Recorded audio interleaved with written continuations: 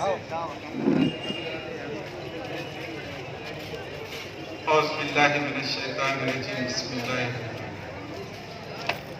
पर बैठे हमारे तमाम जिम्मेदार जनाब महाराष्ट्र जनरल सेक्रेटरी सैयद मोइन साहब, जनाब अमजद बेग साहब जिला सदर, जनाब नूरुद्दीन, तमाम मस्जिद के जिम्मेदार नवाब साहब, मुश्ताक साहब, नज़ीर मियाँ,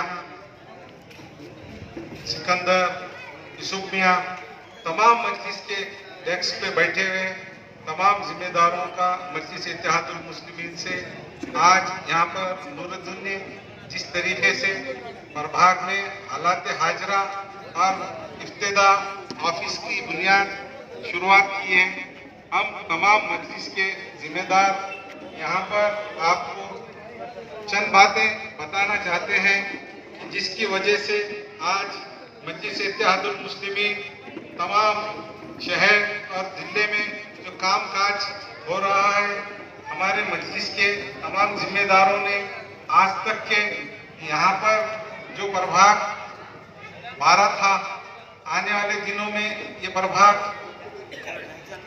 17 है, जिसके बारे में आप तमाम लोगों को हर चीज से वाकिफ है। यहाँ पर तमाम जो जरूरियात है, लोगों के मसले मसाइल जिसके बुनियाद पे इलेक्शन हो जाता है, तो वो बुनियाद को यहाँ के चुनकर आने वाले नगर सेवक नजरअंदाज कर रहे हैं। इसकी वजह यह है कि आने वाले दिनों में मजलिस इत्तेहादुल मुस्लिमीन यहाँ पर अपने नुमाइंदे खड़े कर उनको उनके सामने हम आप लोग उनको कामयाब करना चाहिए, जिसकी वजह से मजलिस इत्तेहादुल मुस्लिमीन गुज़िश्ता में महापालिका के अंदर जिस तरीके से हमारे 12 नगर सेवक थे, तो आप देखें कचरे का मसला, हैदराबाद दवाखाना, ये बड़े बड़े मसले मसाइल सब दूर किए गए।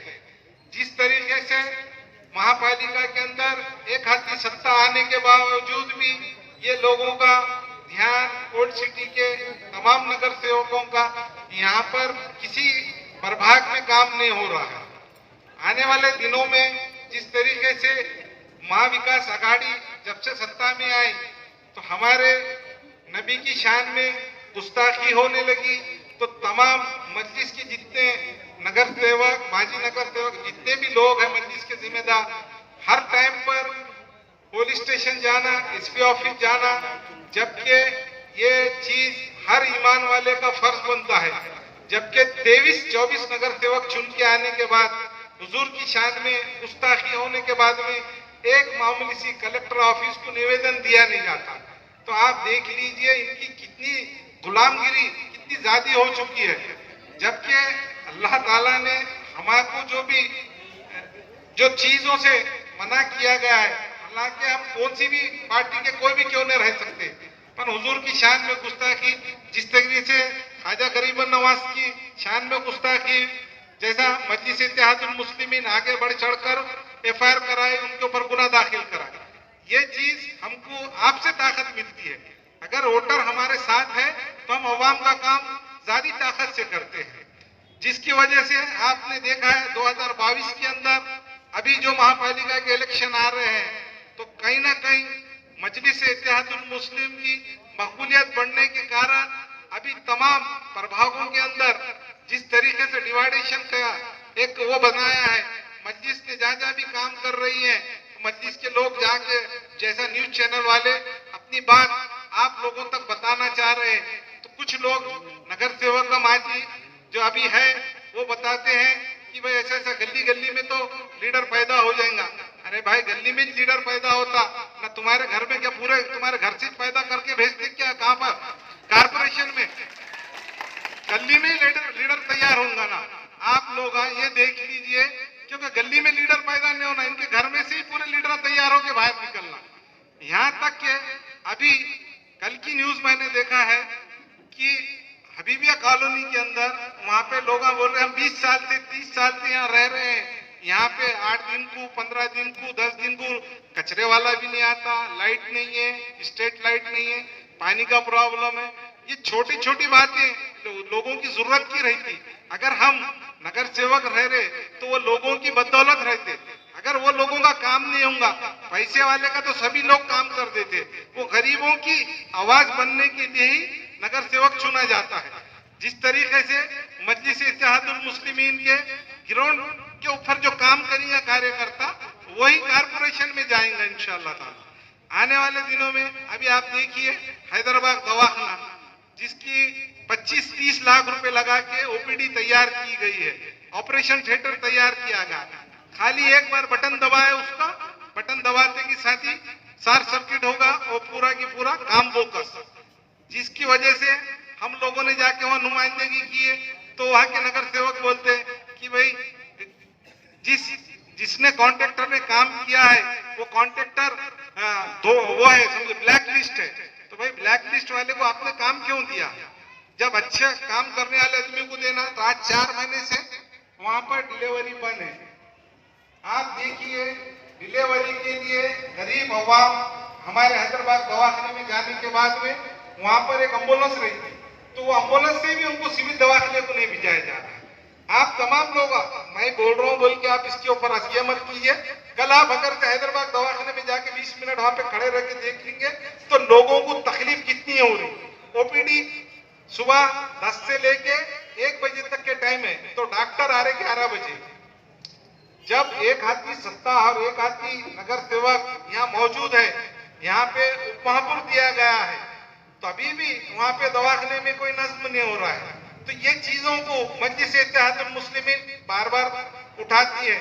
जिस तरीके से कचरे का इशू है, कचरा गली के अंदर घंटा गाड़ी है बोलकर लोगों को कचरा उठाने के लिए हर एरिया में घंटा गाड़ी फिक्स किए गए, पर जिस तरीके से यहाँ के कारपोरेटर ना वो घंटा गाड़ी वाला आ रहा, ना वो नाली साफ करने वाला आ रहा, ना कुछ आ रहा, 15-15 दिन तक के नाली साफ नहीं हो जाए। तो हमारे तमाम मजलिस के कार्यकर्ता वहां जा रहे हैं, वो काम करा के ले रहे हैं। तो इसका मतलब ये हो रहा है कि उनके पेट में ये दर्द हो रहा, कल ये गली का लीडर कहीं कारपोरेटर नहीं बन जाना। तो आप बताइए कारपोरेटर का काम क्या रहता है? ये गली के अंदर की नुमाइंदगी करना, उसके बाद में शहर की नुमाइंदगी करना। तो आपको ये पोस्ट दिए जाती इसलिए कि महापालिका के अंदर आपका कामकाज अच्छा है, आपके पास मेजॉरिटी है, उस वजह से आपको जिम्मेदारी दी जाती कि कौम का काम आप अच्छे से अच्छा करना चाहिए।